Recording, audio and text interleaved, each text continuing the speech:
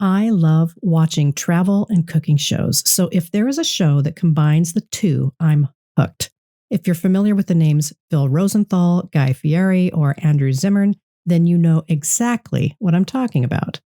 Traveling, eating tasty food, and meeting intriguing people is a combination my heart longs for. I've often mentioned to Alan that if I were to have an alternate universe job, I would be the host of Somebody Feed Phil.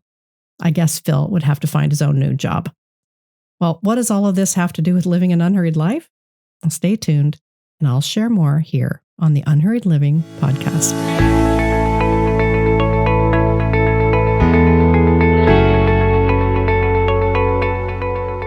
Are you ready to invest in your capacity as a leader who cares well for the souls of others?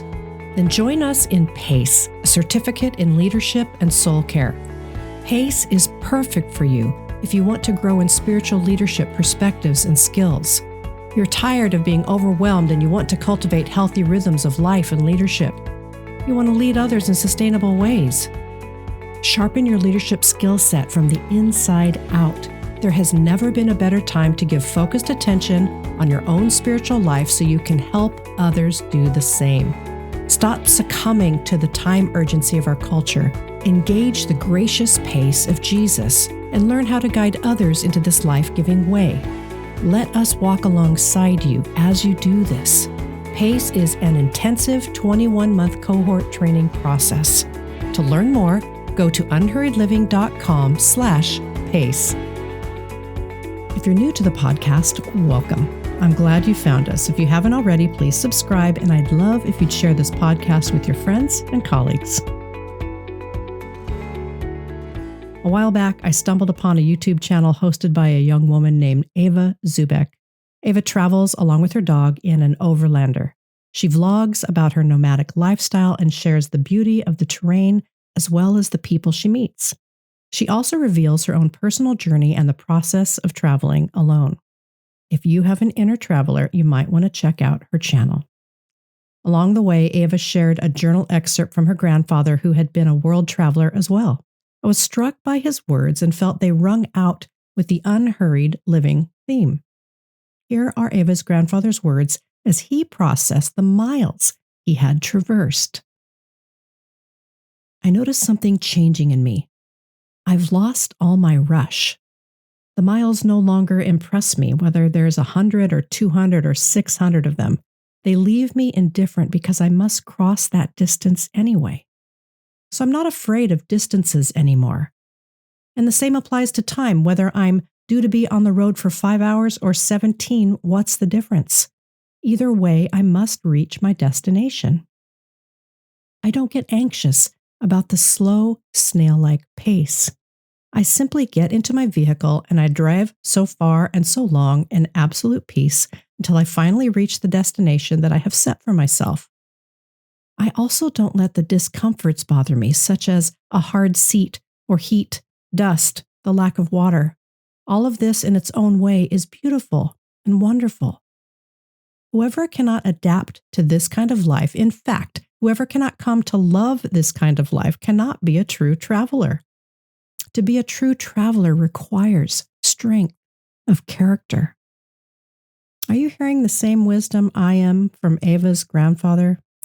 These words brought to mind the title of Eugene Peterson's A Long Obedience in the Same Direction. I've chosen a path, a focus, vision, and a direction for my life. I'm in for the long haul, and I believe you are too. Over my 60 years of life, God has certainly sustained me through all that life has thrown at me. Now, Eva's grandfather stumbled upon some truly unhurried dynamics. First, the number of miles don't matter. I must cross the terrain anyway, so it's okay to ease in and let go. And then a slow pace need not lead to anxiety. I can choose peace and simply move forward. Maybe it's possible to find beauty in discomfort. Think of an inner desert, wilderness, or fog-like season of your life. And finally, traveling a long distance requires a strength of character. During last July's 1-month mini sabbatical, my heart did, in fact, have a chance to slow down inside. We engaged a multiple-day road trip, and I had enough space to let go of the next day and to take things as they came. It's a great feeling to not feel trapped by the clock or the calendar. I wondered if it was possible to bring that spirit back into my work.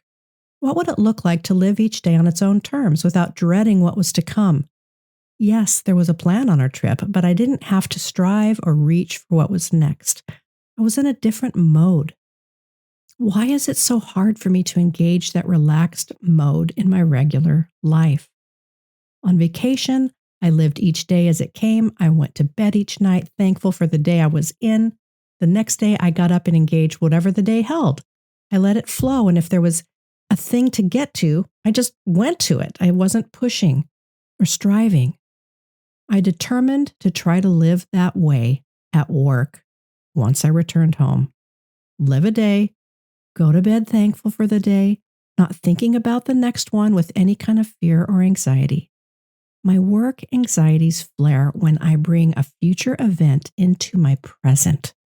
I carry too many things at once and it becomes burdensome. But I don't look forward like that in vacation mode. Maybe this could become a practice for my regular life. Without this shift of mindset, I can be like a ball in a pinball machine. The culture, its pace, and its proclamations slap me back into that game maze repeatedly. You need this, you need that, you're behind, get going, ping, ping, ping. Well, an expansive, settled, unrushed journey can be engaged without striving. I know this is true because I've experienced it on vacation. So why not try it in work mode?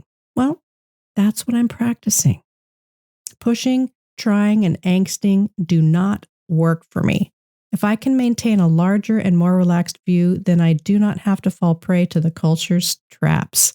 Maybe I could find my place and just enjoy the ride. I choose not to be the ball in the pinball machine. I'm opening the cover, reaching in, taking my ball, and walking away. Maybe then I could hold that ball in my open hand as I meet with God, seeking wisdom and love and care. And maybe, like Ava's grandfather, I could simply drive at my pace, enjoying the beauty of the terrain and making my way forward in peace. Well, here are some reflection questions for you to ponder.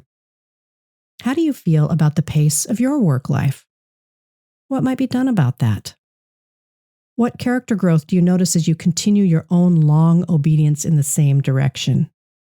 What might you let go of to engage the way of life that you desire? Thank you for joining me on the Unhurried Living podcast. Remember, you're making your way forward one small, simple, and gracious step at a time.